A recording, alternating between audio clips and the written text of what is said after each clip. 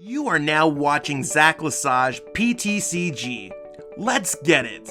Yo, what's poppin' YouTube? Welcome back to the channel. I'm Zach Lesage, and today we are going to be covering over the top 10 decks for the first week of April. So we've seen a lot of the Battle Styles format tournaments take place, and we've seen Channel Fireball Pro Showdowns, the Chill TCG Win a Beach. We've seen a lot of the Hexter events, lots of these events in general. So I went through the decks, saw exactly which decks were seeing success, looked at through the data available, through what PokeStats offers, through what Dino Data offers, through what's available on the Limitless website, and mixed, because I play in the events on my own, mixed with my professional opinion. I think that it's an interesting way to see exactly how the decks grow from each week. So this is going to be a weekly segment, and we'll have to see exactly how it goes. See if your deck made this list, learn why the decks made this list, and I kind of give my opinion on whether they're going to go up or down. So not necessarily like if you watch this video, a week from now the metagame could rapidly be different, but that's what we get going on in our game of Pokemon.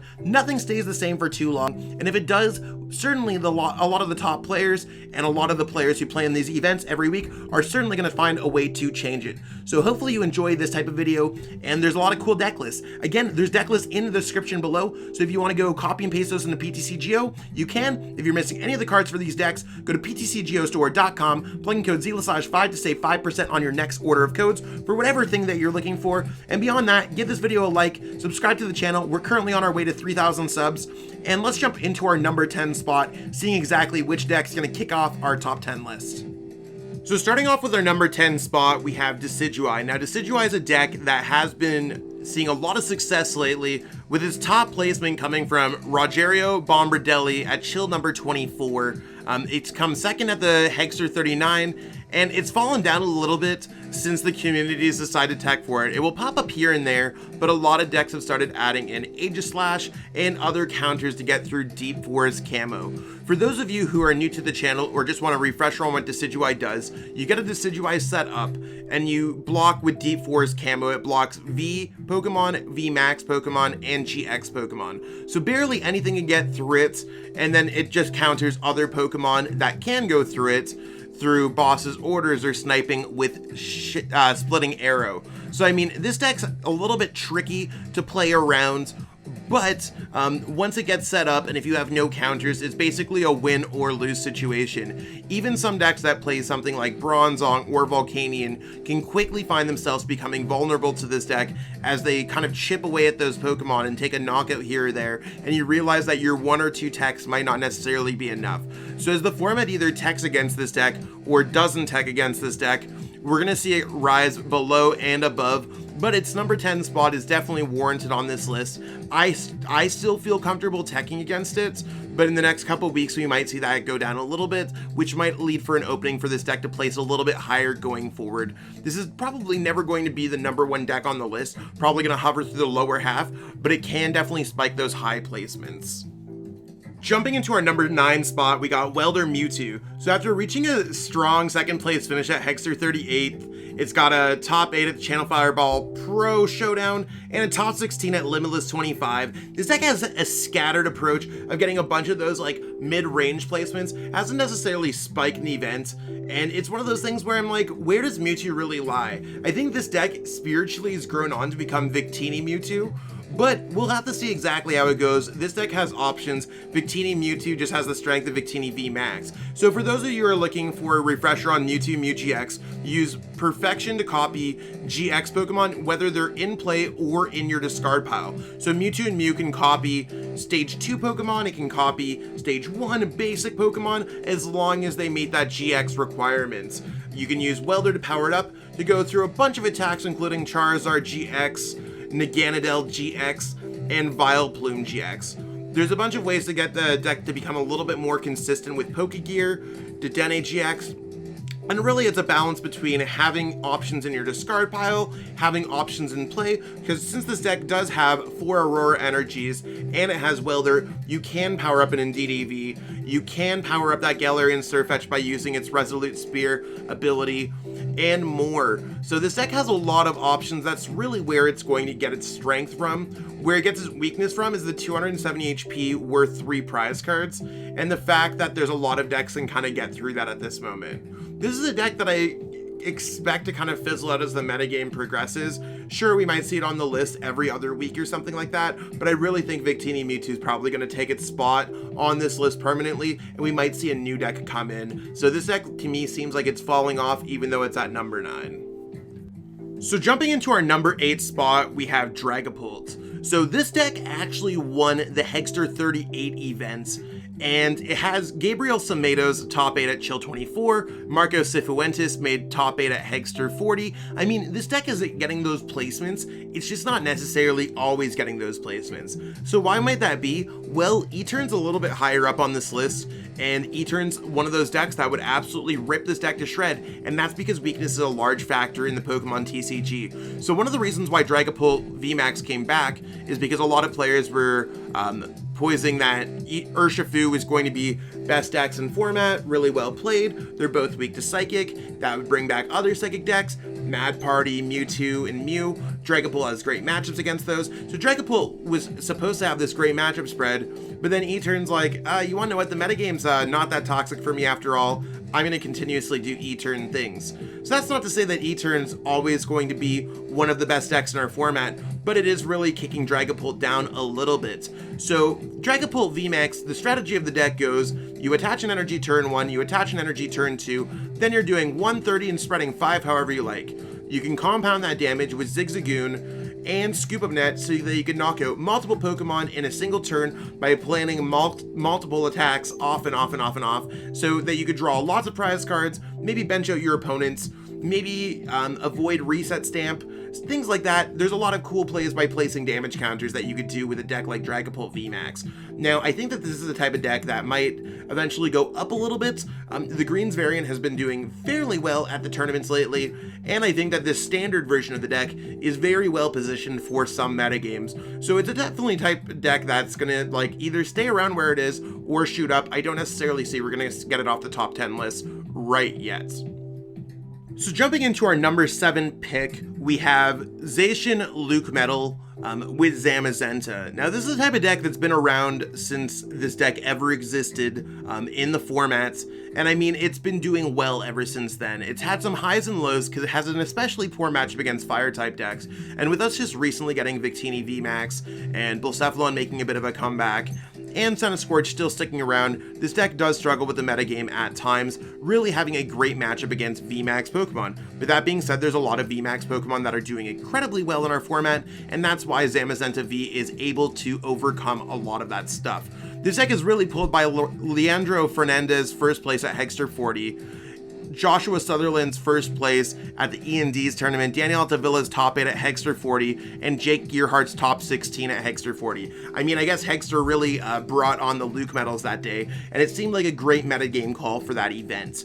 It's one of those things, though, where, similar to Decidueye, whenever this deck does well, the fire decks kind of come to kind of burn this deck out. So I think that this deck is probably going to spike between maybe a top 5 deck, maybe a top 4 deck, to lower half of top 10. I know a lot of us were looking at it and being like, okay, Corviknight's a very good deck. This deck is better than Corviknight for a lot of reasons. So it's more or less, you are more concise and to the point than a Corviknight deck. This is just a better metal deck. So this deck having a lot of top placements, not necessarily getting too many of those in-between placements, but it is very good. The strategy is basically either using Zacian V as a strong attacker, Lucario Melmetal to mill all your opponent's energies from their active Pokemon, or use Dauntless Shield on Zamazenta V to wall against VMAX Pokemon. Like we said, we'll see exactly how this deck goes. Once it gets too high up, decks will definitely want to counter it out of the formats.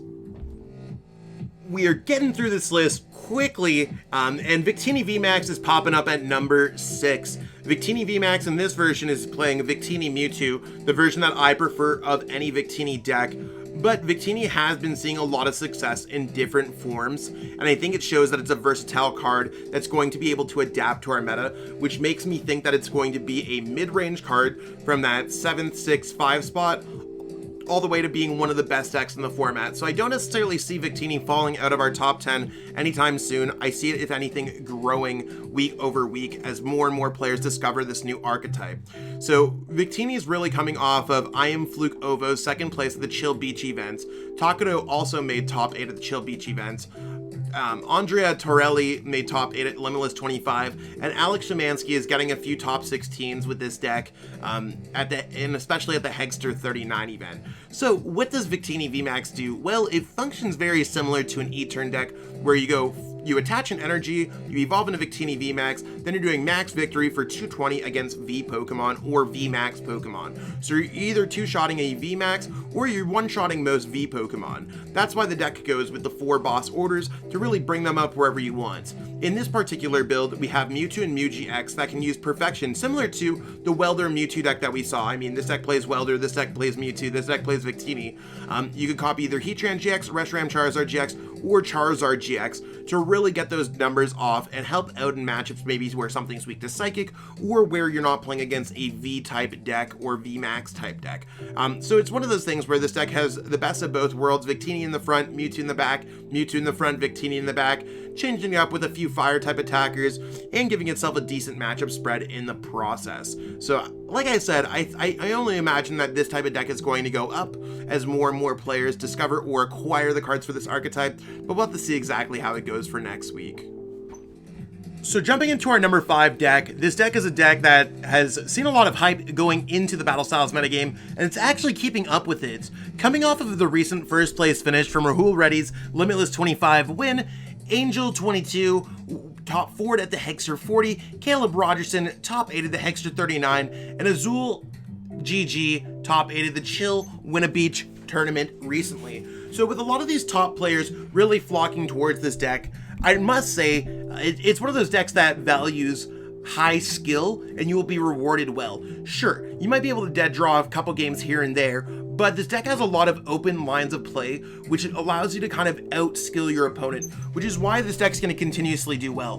While I do think that this deck has the opportunity to be hitting a larger peak in this list, it's one of those things where we really have to see where the metagame settles. This deck looks like it's going to grow with the amount of PikaRom and Eternatus in our current formats, and just natural counters finding their way below.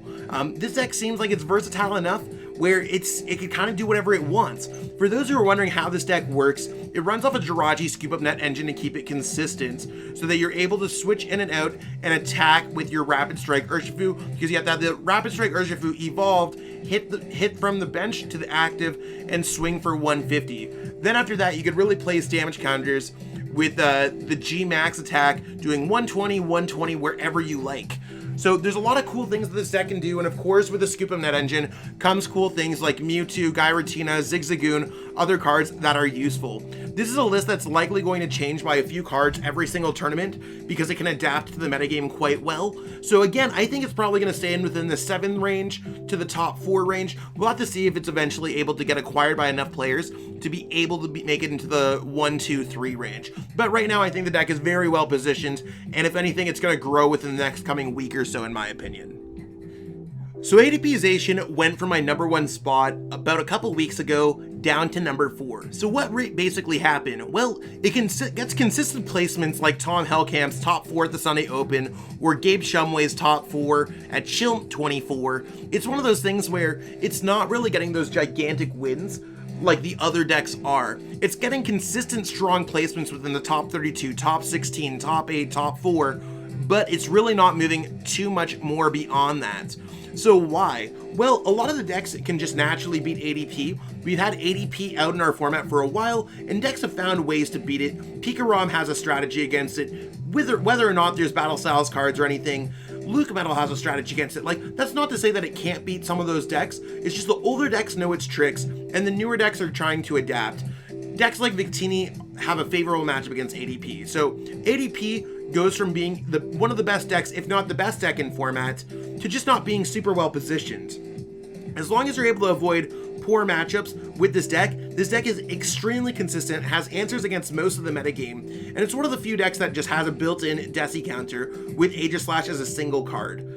This deck seems like it's going to be incredibly good, and for those who are looking for a refresher on this deck, you basically go Altered Creation GX by attaching a Metal Energy and a Water Energy to do plus 30 damage and draw a prize card for the rest of the game, an extra prize card every single time you knock out one of your opponent's Pokemon. Zacian V is a great way to accelerate energy, get a consistency draw, and do 230 damage with Brave Blade. It's a strong metal damage attack. Use Boss's Orders and Escape Rope to put your opponent in a disadvantageous position and really go from there. So this is a deck that's been around for a while. Do I think this deck's going to go up or down? I think it's probably appropriately placed. Depending on how the metagame shifts, this deck could drastically go up or drastically go down. It depends on if the fire decks really choose to stay and play. Beyond that, this deck has pretty good matchups against non-fire type decks in the metagame, as long as you avoid Eternatus as well. So surprising to me, a deck that I did not currently put on my top 10 list for the month is going to be our number 3 spot. So you may be like, yo Zach, how did you get it so wrong? Well, with Daniel Altavilla's second place at the Channel Fireball Pro Showdown, second place with Balmero M's Limitless 25 position, Z is Dead's third place at Limitless 25, second at Hexter's 40 with Ben McKeechin, and top 8 at Hexter 39, Pika just keeps on bringing out these top level performances. And as I'm recording this, my testing teammate Gabriel Smart is in the top 8 of the Absalom Cup number 9. So why is Pika doing well? Well, Peak doesn't naturally have too many poor matchups. A lot of the things that the deck has going for it cover it. I thought that the fighting type presence was going to be a lot more and that other decks would adapt differently. And of course I was wrong, and I'm willing to admit where I'm wrong. So that's why this deck has grown from not being in the top 10 to number 3. I think the metagame is fairly inviting for Pika. Not enough players really have Rapid Strike Urshifu, and it's able to prey on poor Eternatus players, LucMetal. PikaRom's very good at the early metagame of battle styles. Now, my prediction is that PikaRom's still going to be successful, probably going to hang in the lower half of the top 10. At least that's my opinion right now. We'll have to see how the metagame grows. But as other decks become stronger and adapt to the metagame, and we get more secure lists and stuff like that, I think PikaRom's just going to become better, and it's going to become worse and worse as other decks become better and better. Similar how we see in every single format, where PikaRom does particularly well at the beginning of every format and then goes down as the format progresses. So it's one of those things, we'll have to see how it goes. But right now, I think PikaRom's it's a fine choice. Right now, it could change in the future. So what does PikaRom do? Well, use Bolton V, Tapu Koko, Prism Star, and just natural energy attachments to build up a PikaRom GX in general. After doing that, you're able to attach extra energies with full blitz and power up other Pokemon. You have a kind of toolbox effect between using Mewtwo and Mew GX or going with a standard lightning type deck to use Tandem Shock, Lightning Ride GX, Full Blitz, Tag Bolt GX, and attacking with Bolton's Bolt Storm to do a lot of damage. This is the deck that allowed me to win the Players' Cup too, so I think it's definitely a strong deck. But again, something worries me that this deck's not always going to be a top position deck, but right now it seems good. I'd say it's going to fall, if anything, going into next week, or maybe the week after that. But right now it's probably going to be within the 3 to 7 range, not falling off completely on the top 10. Moving on into our silver place list, we got our number 2 spot. This is a deck by Gamer Allo, who won the first place at the Chill Winna Beach event, Chill number 25. So shout out to them for winning that juicy beach at the event. And of course, it also came 3rd at the Chill Winna Beach event. And Stefan Ivanov also played a Blacephalon variant at the Sunday Open, and Cody made top 8 at a Hegster 40. So it's one of those things where Blacephalon's kind of turning up. This is another deck that I didn't necessarily think was going to be so great with the Battle Styles metagame, but of course, just having the variety between a 3 prize card attacker, a 2 prize card snipe attacker, and a 1 prize card Pokemon that can scale damage up is effectively going to be good. I think this deck is a lot better in a best of 3 formats. That's my personal opinion on it. But in a best of 1 format, you could still just naturally get things out. And there's a lot of options throughout the game between getting Jirachi, Scoop Up Net, that kind of consistency engine that we've seen a lot with these welder type decks, and just building up these powerful attacks, overwhelming your opponent. And then maybe that's why the deck's good in best of 1, just because you could overwhelm your opponent with a lot of these attacks. I think this deck, the only new card that it plays is an Escape Rope, which makes sense. Not really much else to play when it comes to this deck. Escape Rope is going to be a natural pairing with Stellar Wish Jirachi, and it's just going to make this deck slightly better. No new real text coming out of this deck, and I mean, we have seen variants of this deck play Victini VMAX. We have seen variants of this deck play a bunch of different fire type attackers. I think welder decks are just finally well positioned now, where Senna Scorch has kind of died off, and really Blacephalon and Victini have taken those spots. So I think this is going to be a great deck. If anything, I say that this deck's going to probably stay around the same spot, maybe drop a little bit because not a lot of people like Blacephalon. It's one of those things where a lot of top players stay away from this deck for whatever reason. I've stayed away from this deck for a lot, like reasons that I'm just not naturally fond for it, but I think this is a great deck choice, especially if you're still playing in the team challenge, because that is a best of 3 event. So we'll have to see exactly how it goes, but I think Blacephalon's going to stay within our top 10 going to next week. So jumping up into our number 1 spot, we got Eternatus VMAX. So you might be like, yo Zach, why did this deck take our spot? Didn't this deck get absolutely bodied by Rapid Strike? And the thing is, not enough people are playing Rapid Strike Urshifu or Single Strike Urshifu or decks that just beat Eternatus VMAX. Sure, there's LucMetals here and there. Sure, there's a handful of Rapid Strike Urshifus, but Weakness Guard does a great job of countering this deck. This deck is really going off the thing of Checkmark 6, Channel Fireball, Pro Showdown, their first place finish. Averin Jr. came second at Limitless 24. Austin B came second place at Chill 24. Eddie Ballmer made top 4 at Limitless. Kappa Hab made top 8 at Limitless 24. So a lot of those are recognizable names, and winning these large tournaments and making top placements at these big tournaments is really what Eternatus has done. So having the best placements in general. Now my deck list differs a little bit more from theirs, and that's because I think 4 Yveltal with Escape Rope makes this deck the same kind of standard as what ADPZ has going for it. So you could have the Yveltal, Escape Rope, knock out the Pokemon you want. I think you only need 2 Zigzagoons. I know that my testing group worked really hard on coming up with this core, and just basically adding Weakness Guard and Escape Rope into this core makes it very good. So I might be playing this version of the deck in the future. For those who want a refresher on Eternatus VMAX, basically use the ability of Eternatus VMAX to have up to 8 Dark Pokemon on your bench. Then you could do 30 times the amount of Pokemon you have in play, doing 270 damage at E-turn for only 2 energies. If you need to power it up, you could go Power Accelerator on Eternatus V, and really just have a really good kind of fleet of Pokemon. Using Yveltal's free retreat, so you can always get better starts.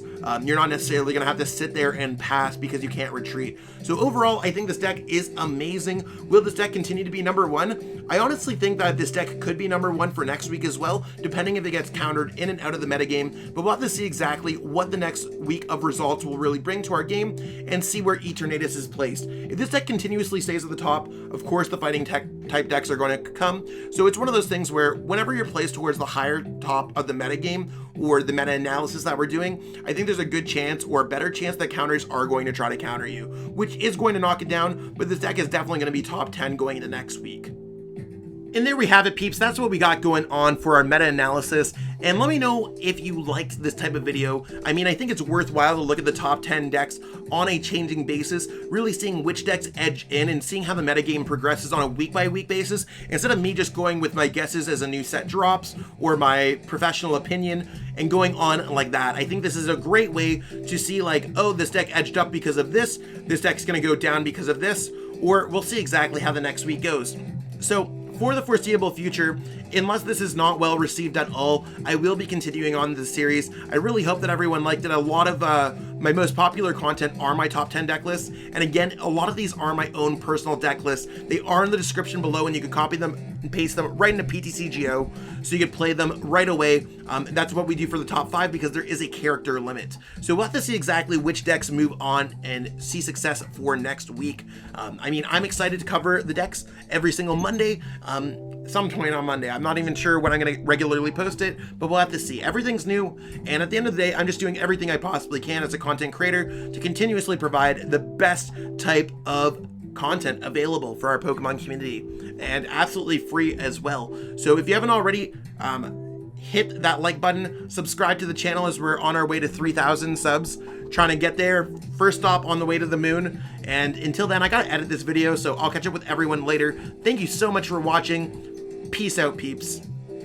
I want to give a huge shout out to all the channel members who have gone more than out of their way, just beyond watching the videos, have started to toss some money at your boy. So I totally want to give you all a shout out. It's not all about the money, but for those who do go out of their way, I do want to give an extra special shout out. Shout out to Ali Plays Pokemon, Xenon TCG, Smart TCG, Slavin Tizik, Joshua Sutherland, Justin C, The Home Junkie, Samuel Sapowski, Yoshi3483, Anonymous User, Jake R, It's Lido26, Jake Mall, Tilted AF, Patrick Colding, Heartwood, Joshua Azell, Jonathan Sampson, The Encrypted TCG, A Fairy, Daniel Bertrand, Last Protect, Ramen Muncher, and Quaja.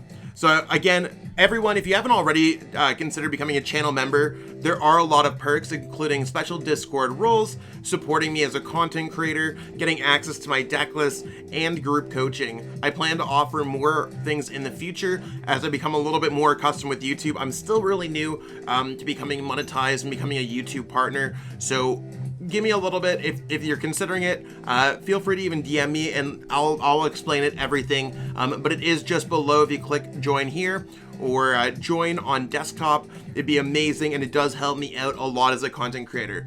Thank you so much for those who have, who continuously will, and for everyone else who has supported me. Thank you. Thank you so much for watching and supporting the channel. If you haven't already, it'd mean the world to me if you could subscribe to help support me as a content creator. Thanks again, and have yourself a great one.